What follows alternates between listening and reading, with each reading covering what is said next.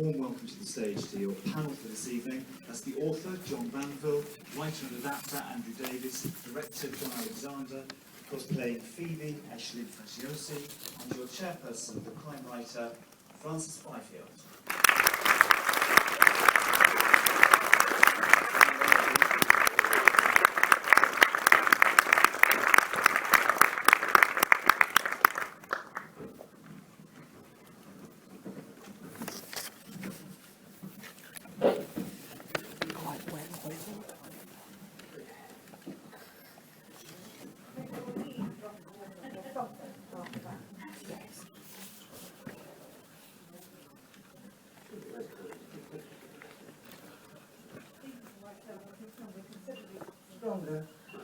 Having watched quite a lot of glubbing going on during that absolutely splendid film, the thirst is strongly upon us, so we'll get through this bit as quickly as possible.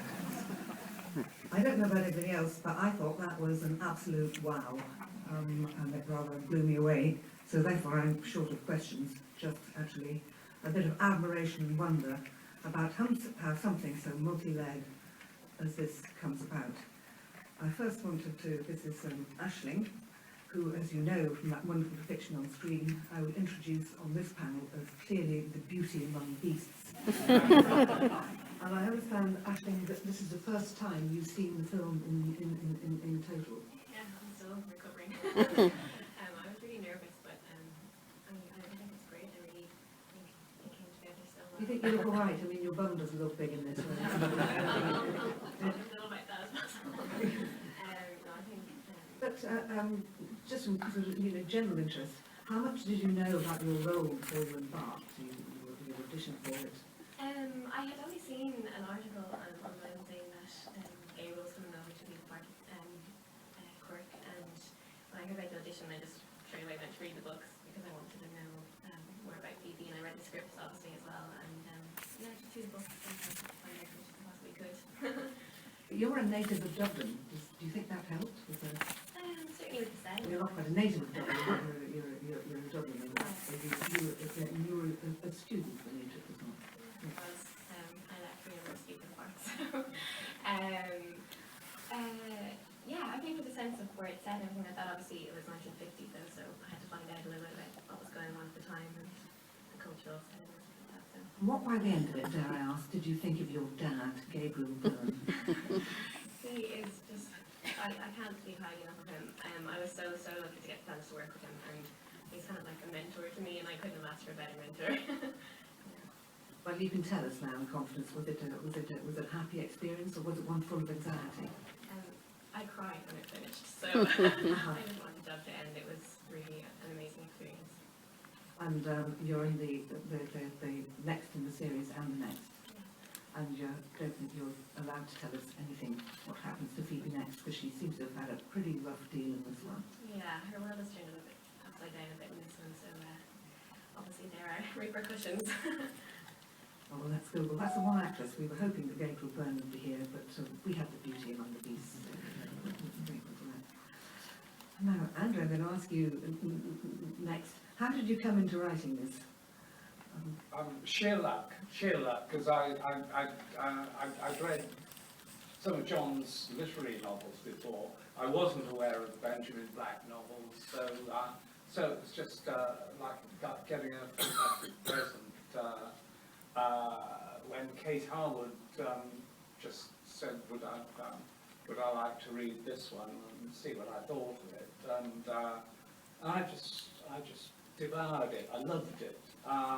It's so rare to find a crime book that's so beautifully written, and it's so rich and deep and complex, and I immediately said, are there any more, and got hold of them, and I said, I want to do them all.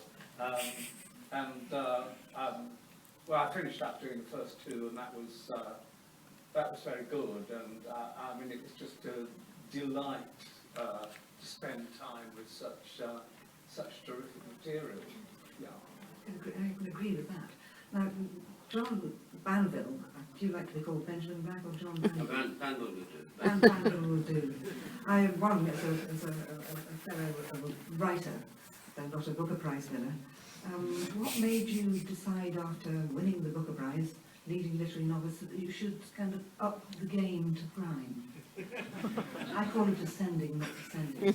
Yeah, well, I like the notion that people think that it was after I won the Booker. In fact, on the day that the Booker shortlist was announced in 2005, my agent was having lunch with my publisher and said, by the way, here's a new Banville novel. It's rather different, and it's written under a different name. So I had become Benjamin Black before the Booker Prize. The problem with winning a prize like that is that people assume that your life began at that stage. You know, I'm really only about 7. My life began when I won the Booker. I had written a script, oddly enough, and this is one of the nice things about the writing life. I'd written a script for a miniseries, didn't get made. I decided I would turn it into a novel because I'd begun to read Georges Simenon. Greatly impressed me with what could be done with crime fiction. I've always read crime fiction all my life, admired it greatly. So I turned it into a novel. I didn't know if I could do it. I went to Italy, a friend of mine lent me a room. One Monday morning at 9 o'clock I sat down and thought, can I do this? And by lunchtime I'd written 2,500 words, which for Vandal would be an absolute scandal, because Vandal, if he got 200 words done by lunchtime, would think he was doing well. And so Benjamin Black was born. He's now free. You know, I feel like Baron Frankenstein, you know, the monster is now out in the world, and he can't be stopped. Well, I have to ask you the obvious question: is how much of you is quirke, or vice versa? Oh, nothing of me is in work, of course. I mean, they're all me, as you know. All characters are oneself. I'm the only material I have to work with. But it's very nice to have Aisling here, because my agent used to insist that I was in love with Phoebe, but it suddenly struck me one day that in fact I am Phoebe. If there's anybody in the books that is me, then it's Phoebe. Sorry, darling. Now, John Alexander, how did you get into directing Christine Falls? Was this, were you commissioned? Did you volunteer? Was it a labour of love? I did. I was all three of those things, I think, in many ways. No, it was a piece that was sent to me, and I read the script, and I thought it was an incredibly layered piece, and an exciting period and place. And at that time, I also knew that Gabriel Byrne was attached to it, and as you read it, you could just see him as this character. So it didn't take much convincing. I had to convince other people to let me do it. So no, it was a rich material. Can I ask you something as director about the settings? We don't actually, I mean, very convincingly in the film, we go to America, we go to rich outskirts of Boston, with all the look that goes with that, but we don't actually go to America for this film, do we? Yeah, everything's in and around Dublin. When I first started, there was talk of going to Canada, and then there was talk of, well, maybe we'd send the second unit and do some shots, GVs of Canada, and then it was, well, actually, no, we can't afford to do any of that, we'll have to do it in and around Dublin. So it's satisfying if you think it works. Andrew Davis, having read the book, and read all the books, this one, this adaptation, strikes me as remarkably close to the book, the contents of the book. There's very little left out. Was that extremely complicated? You've got the two locations, you've got abrupt transitions between Dublin and America. Was that a problem? Or maybe nothing's a problem for you? Well, I don't think it was. I mean, it wasn't if it kind of works for the audience, if the audience can, like the first time you cut to Boston, you stay where you are, and then after that, I think audiences are cleverer than we often think they are, and they don't like to be too spoon-fed about all that kind of thing. And as for staying very close to the original, I would always say that if it ain't broke, don't try to fix it. It seemed fine to me. I mean, just put the book down there, copy it out. Did you, Sorry.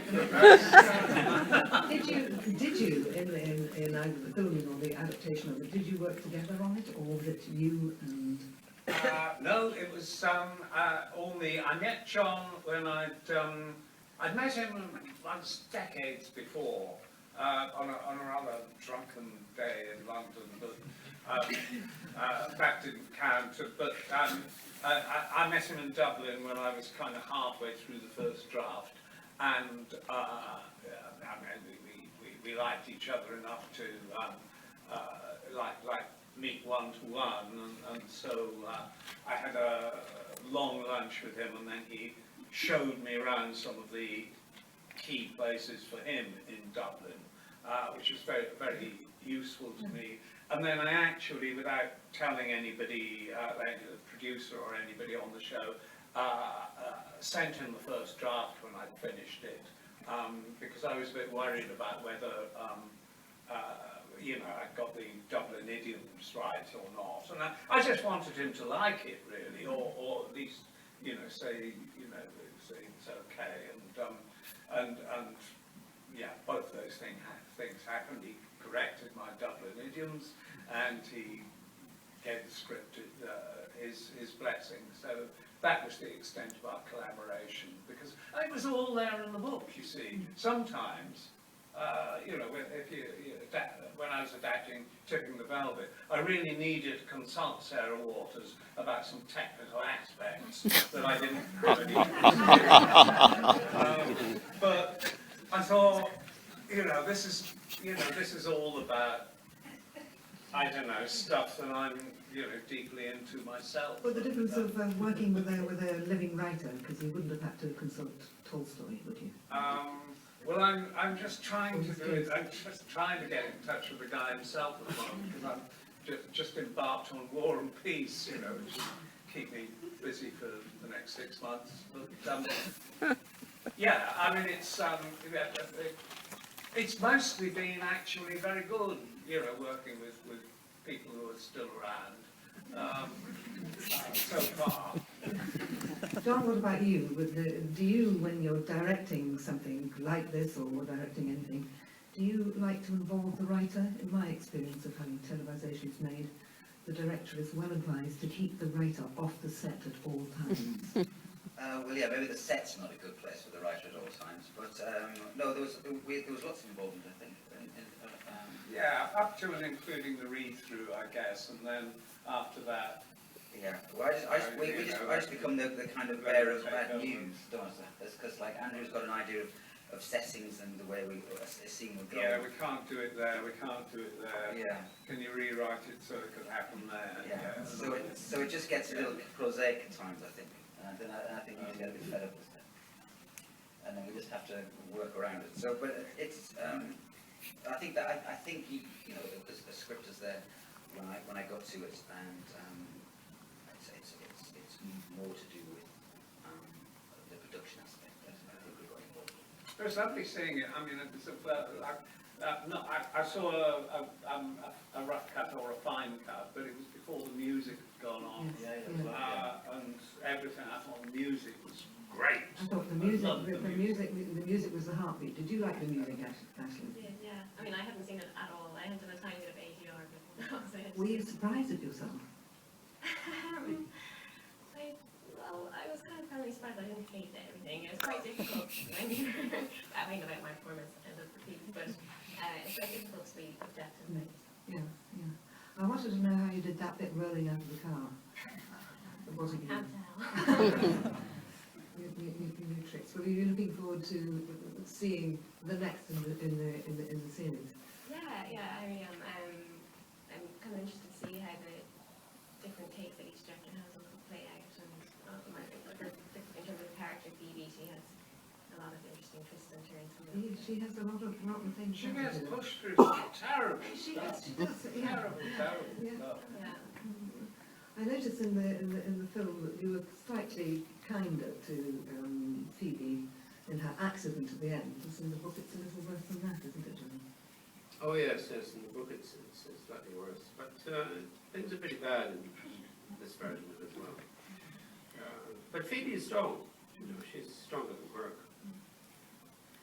Jonathan, were you interested in the other aspects of this story, never mind the family story of Quirke and Christine Falls and all the rest of it, of the sort of sociological implications, the revelation, really, that actually this trading of children to America was actually going on? Is that an aspect of the thing that would grab you? For myself? Yes. Yeah, absolutely. And it became really apparent how, what it was, what a raw nerve it does touch when you're working in Dublin, and, people involved in the script. Once we go into that aspect of the story, because when I arrived, I'm not from Dublin, and I wanted to know as much as I could, I wanted to find out as much as I could from the people I was working with, and they had lots of tales to tell, and it was something that sense of betrayal was very, very, very to the surface. I must say, I love the depictions of the nuns and the priests. I don't know who the casting director was on this, but these are the most appalling-looking nuns and priests. So remind me of my Put a confidence. collar or a wimple on any human being and they turn immediately into a priest or a nun. Or a saint or a sinner, one way or another. Now, we have questions from the audience for the next 15 minutes. Perhaps we'd better go on to them, so I don't cut you short. If anybody wants to ask a question, will you raise your hand? Make yourself known to the person with the microphone, lady there. Hi, is this working? Yeah. I had a question for the writer. As in, when you started writing the series, was the issue such a topical issue? Was it on the media as much as it is now? And as we discover not only in Ireland, but it's going on in Spain, and in fact, some convents and stuff are currently on trial in hospitals. So was it just mere, I wouldn't say luck, but was it just coincidence that the timing or? I understand the question. No, a lot of stuff had come out. I mean, it really, for us in Ireland, Roddy Doyle and I disagree. Roddy Doyle says Ireland changed in 1990 when the Irish team did something in some football match. They drew with some country, which was the equivalent of a triumph. Roddy says that's when Ireland changed. I say it changed about 2 or 3 years later when we learned that a very popular and very good bishop,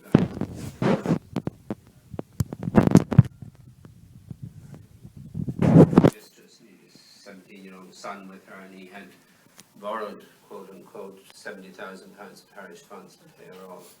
And when that story came out, the floodgates opened and all kinds of wriggling worms came out, which was good for the country. In the end, it was good for the church as well, because, we mustn't brand everybody in the church. There were very decent priests, very decent nuns who did their best, who lived a religious life, who educated the country, did it for free. So we mustn't forget that. But there were a lot of very, very bad people, and Rome essentially covered up for them.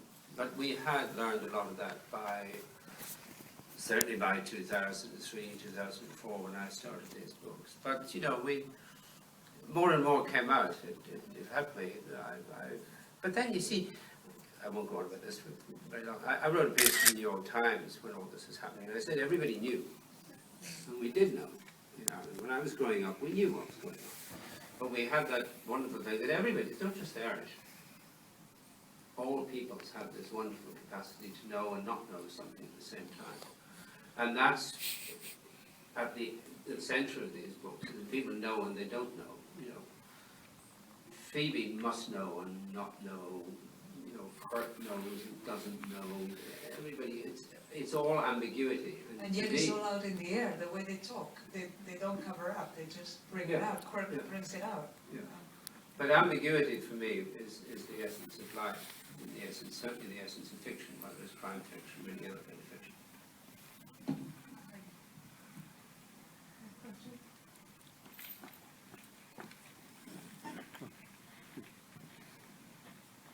It's a general question for everybody. Does Quirke pay the price for his extraordinary intake of alcohol and cigarettes? And how much grape juice and herbal cigarettes did you get through during the filming process? Well, this mirrors a question that I wanted to ask. I mean, what were they all doing on set? What were they really drinking and what were they really smoking? Is that about the question? Yeah. Yeah, I think it's right. I think it was grape juice and herbal cigarettes that we got through an awful lot of it. And actually, as I watched it, I don't think we realised at the time how much was involved. But it's quite apparent, isn't it, that in most scenes there are cigarettes and alcohol involved. So I think if you did a sort of précis of the film in just a very, very short soundtrack, there would be striking on action. yeah, the bottle. But there's never any exception, do you take it, that on set people could be smoking real cigarettes and drinking real whiskey? No, they can't. No, you can't smoke real cigarettes on a set. It's not allowed. The only thing you are allowed to smoke is a herbal cigarette, and performers often don't like. They would rather smoke a real cigarette than a herbal cigarette. But I think it all becomes as part of the depiction of the period. I think that's really what drives that. Don't believe a word of it. It's all fact. It was great honesty of life. I rather hoped it was the case. How on earth you could endure all that trauma and being kicked down the stairs without real fangs and real booze, I don't know. Any other question?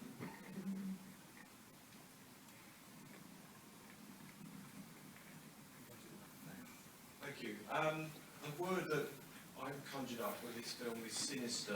Even the wallpaper is sinister. There's no real light from these people, and yet when you go to Boston and you see the brown leaves, you're bringing the brown and the dinge from Ireland over to Boston. Was that intentional, or was it just brown leaves at the time when you were filming? No, the colour palette was intentional, so the brown did help us, but we always knew that one way of selling Boston was going to be that we wanted to go to sunshine and brightness, although knowing that within that sunshine and brightness there was still a dark secret. So I think one does smudge into the other, and that was intentional. Way up to the back. Yes, that's right. It's me. Well, I have a question for John Banville. You said metaphorically that, this Quirke story was born like a Frankenstein. I was just wondering what kind of fabric you made of to produce Frankenstein. I mean... What kind of puppet I made? No, I just wanted to ask you what kind of, fiction you rely on when you...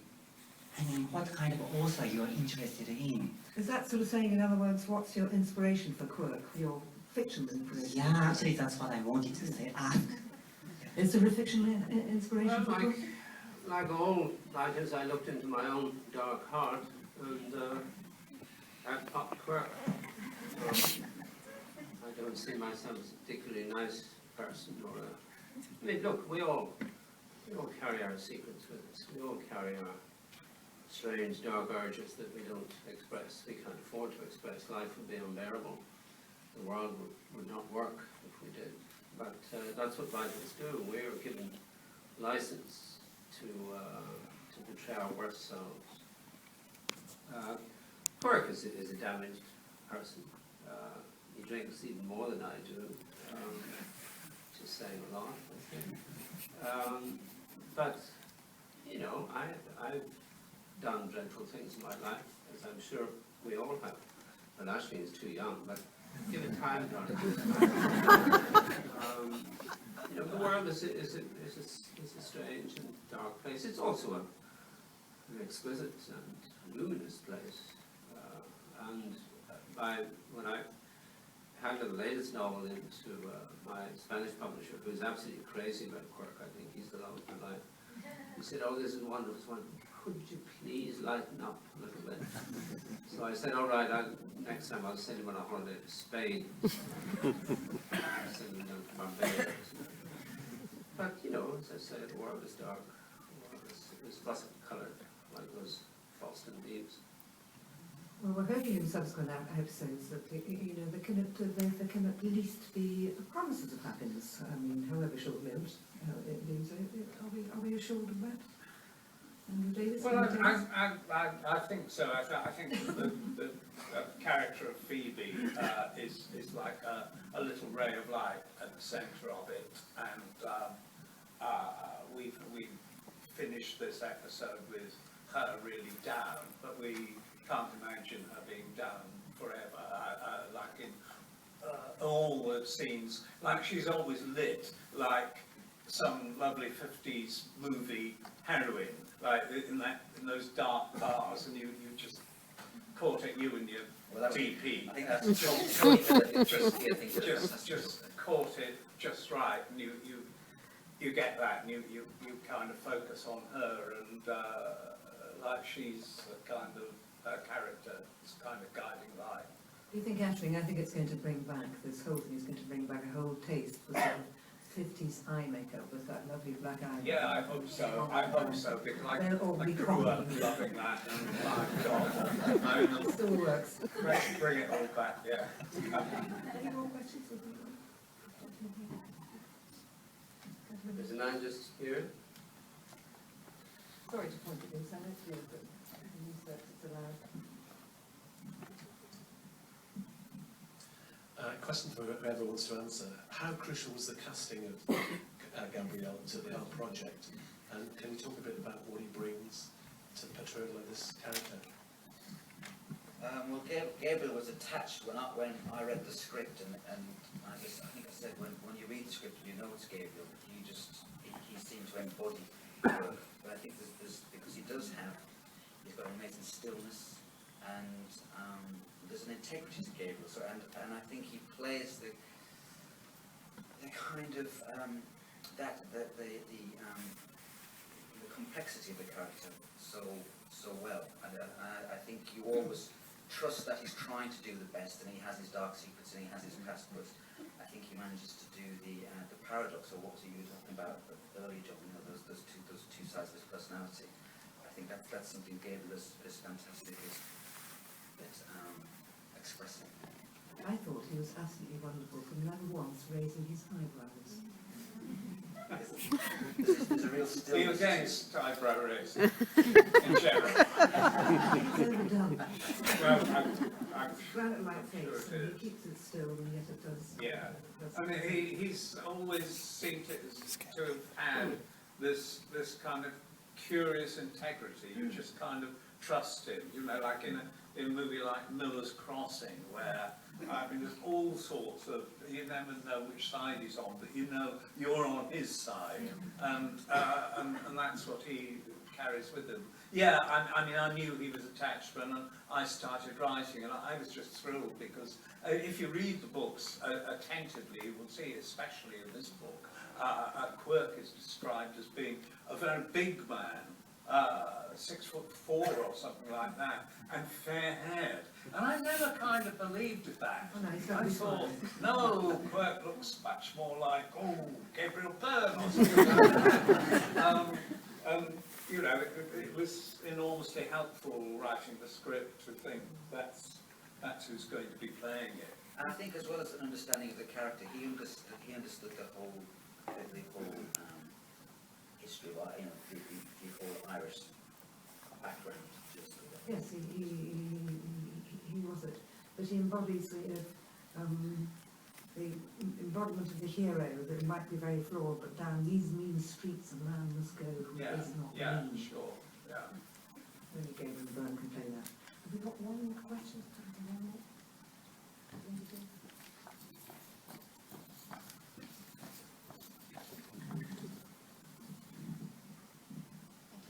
Can I ask John Banville, you've been imagining these books in your head over a number of years, and now you see somebody else's imagining of the same books and stories. What's it like seeing the difference, and does that difference, do you think that difference will affect the way you write future books on the same subjects?